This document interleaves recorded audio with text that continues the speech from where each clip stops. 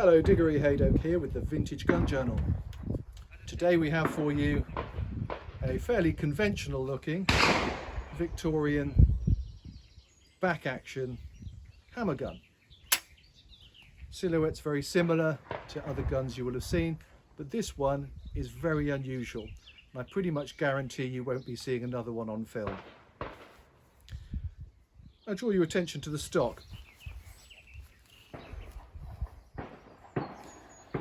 Rather plain looking. It's got a recognisable grain running through it. In terms of its shape, it's very conventional for the time, which was about 1871 or 2. Nice gold escutcheon with a monogram on it.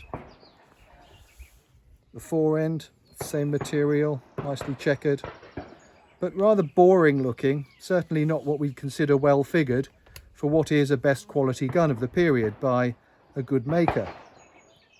The maker's Alfred Lancaster, who was the second son of the founding Charles Lancaster of that firm, and he had a shop at the time not far from Purdy's in Mayfair. Side lever, which at the time was vying with top levers as a method of opening the gun. It's not actually operated by a Purdy bolt. It has a similar sliding system which is bifurcated at the front. I don't know if you can see that little nodule laterally coming out of that lump. The patent is actually one that was taken out by John Emme and James Woodward, Emme being the gun maker, Woodward being the patron. And he had workshops in Soho, so I'm pretty certain that John Emme made this gun for Alfred Lancaster.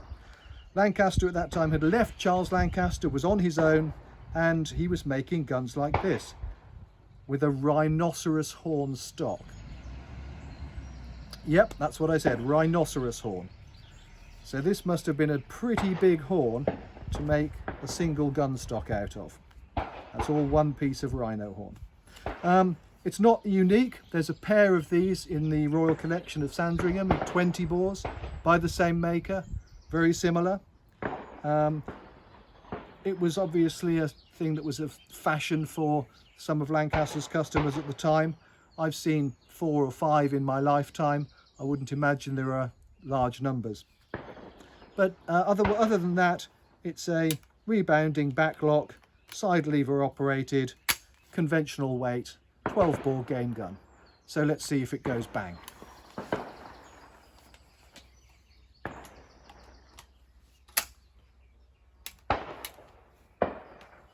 Oh!